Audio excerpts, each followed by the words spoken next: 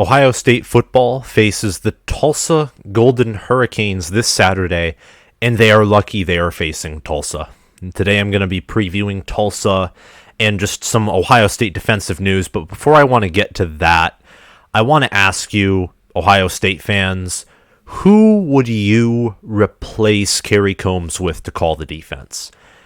Larry Johnson, you also got Paul Rhodes, and you got Matt Barnes, the secondaries coach.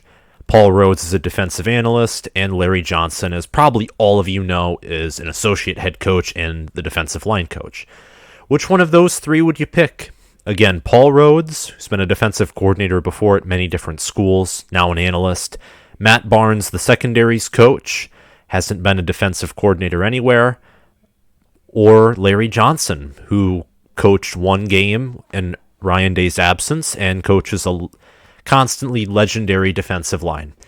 My pick would be Larry Johnson, but that's just me. Tell me your answer in the comments below.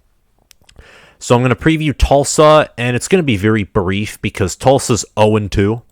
The Tulsa Golden Hurricanes lost to, the UC Davis Aggies. I think that's University of California, Davis. That's just, what? I don't even know what to think about that. My goodness. 19-17 was the final score of that game.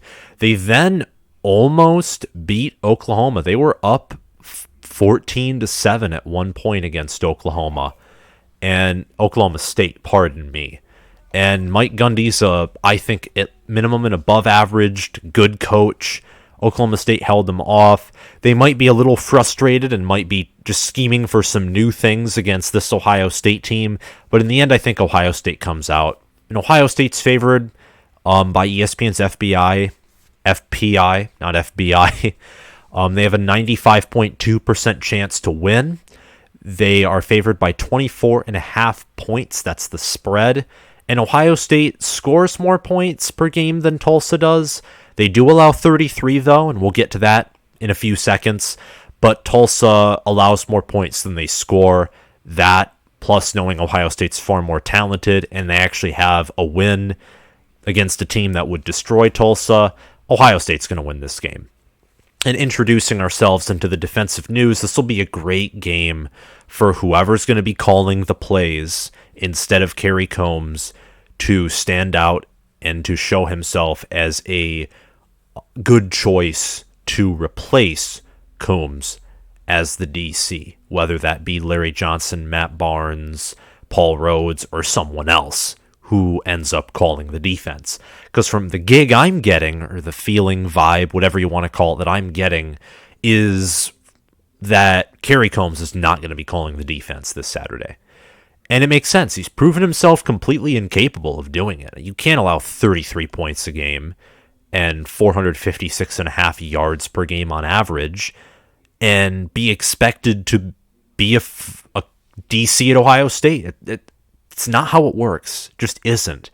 And not only that, but when your defensive schemes, and we'll get to a little bit about execution in a few seconds, your defensive scheme and poor execution by your players allows teams to run for an average of 236 yards a game. And granted, against teams that like to run the football and have good running backs. But still, wow. That is stunning. Remind you that Michigan runs for an average of 300 yards a game, just to ever increase the urgency to fix this issue. Michigan, in theory, just taking in the stats, would not need a passing offense to score 4 touchdowns on Ohio State's defense. In theory. Not saying in actuality, but in theory. Looking at this, that just grosses me out. I never thought I would hear that. I'm a Michigan fan, but this defense, it just reminds me of late Don Brown, or basically Greg Robinson's entire career. He was the defensive coordinator for Rich Rodriguez, teams that had all offense but no defense. And this is what this team reminds me of. This team has a ton of offensive potential. I mean, Chris Olave, Garrett Wilson. You also have the guy, guy who's leading Ohio State in receiving yards, and Jackson Smith in Jigba, who's only a sophomore. He already has 9 receptions for 157 yards and 2 touchdowns. Dude's an upcoming star that I didn't even know about. You got Mayan Williams, who leads the team in rushing yards. 202 yards, 1 touchdown, 8.8 yards per carry. Dude's amazing. My question, along with Henderson, why wasn't Ohio State running more? And why did he have to go for it on 4th down so many times? That's my question. It wasn't just the defense that was off. This offensive game plan was just magical for Oregon. Your strength, got to be honest with you, and it was with Minnesota too. Henderson, 1 catch in the backfield, gone. Completely gone. And that was a pass, granted, but it was back. It was behind the line of scrimmage, and Henderson's a running back. Your running back made that play. Williams, really good runs that game, had that 1 touchdown run to open up the game on the outside. Your running backs are your key dudes, along with your wide receivers, but your wide receivers have to they have to obviously more rely on your quarterback's passing ability. Your run game is a strength, and the fact you only ran for 31 times against Oregon, yet tried passing for 54, when Oregon had a front 7 that was injured, but their cornerbacks and stuff they're healthier. And therefore I'd say better. I just kind of don't understand that. Correct me if I'm wrong. I'm not 100% right on everything. It's rare that I'm 100% right. It's rare that a lot of people in the sport are 100% right. So if I'm missing something there, just tell me. But the offensive game plan, looking back on it, looking at some more stats, watching a Joel Klatt video breaking it down, along with what Ryan Day said when he was asked the question about balance on offense. Ryan Day himself said we weren't as balanced as we needed to be.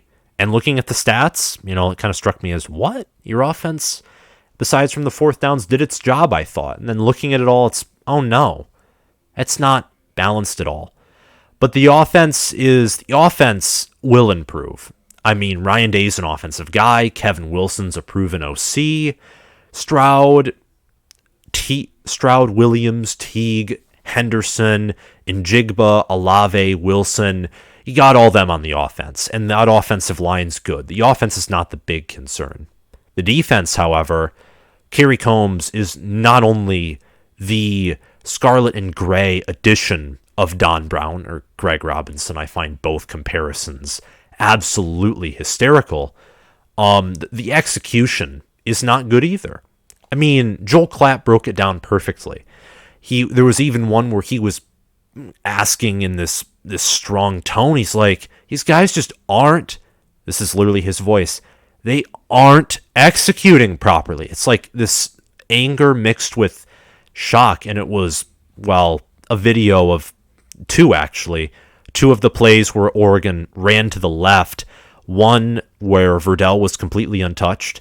Another where Verdell was only tackled right as he entered the end zone. And in the latter one, an Oregon guard blocked 3 Ohio State players. 3. I'm not going to further explain that because that just kind of tells you everything you need to know regarding the defensive performance. Ohio State, again, also allowed 505 total yards.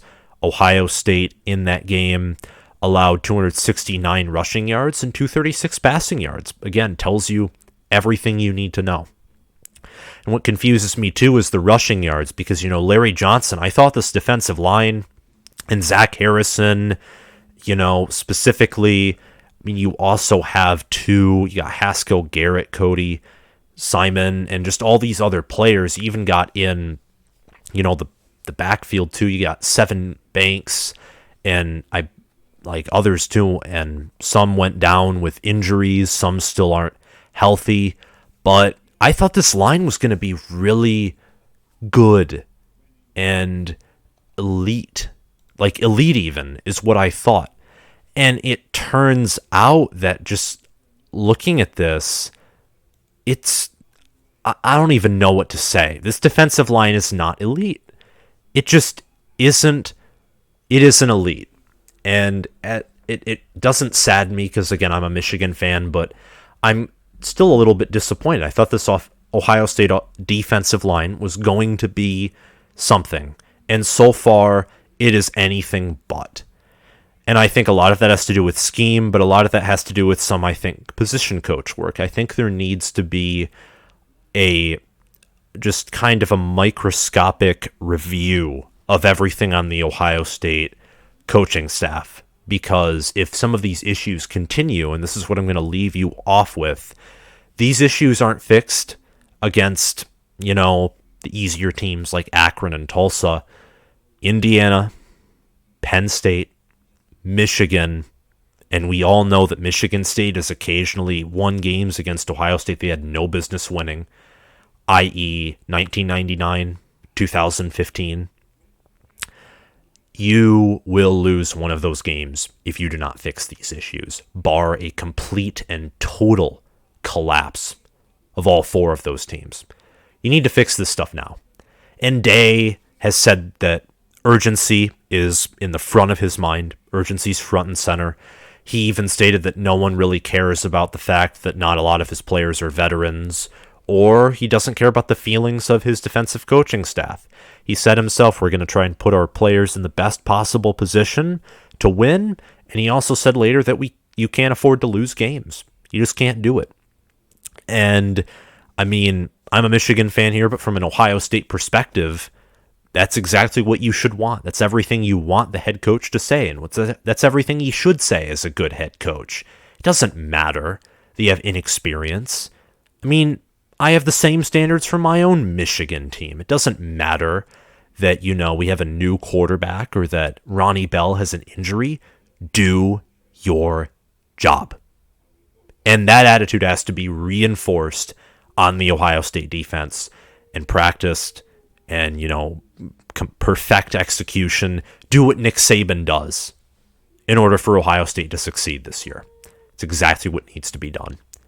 Thank you for watching my video. If you liked it, subscribe, hit that notification bell so you can immediately get notifications when my content releases, and comment your thoughts below, and also give the video a big like.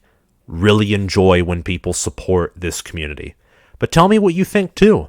What do you think regarding Ohio State's whole performance against Oregon, kind of revisiting this later in the week, and also what do you think they need to do to fix their defensive issues? Tell me down below. Thank you for watching, and I'll see you around.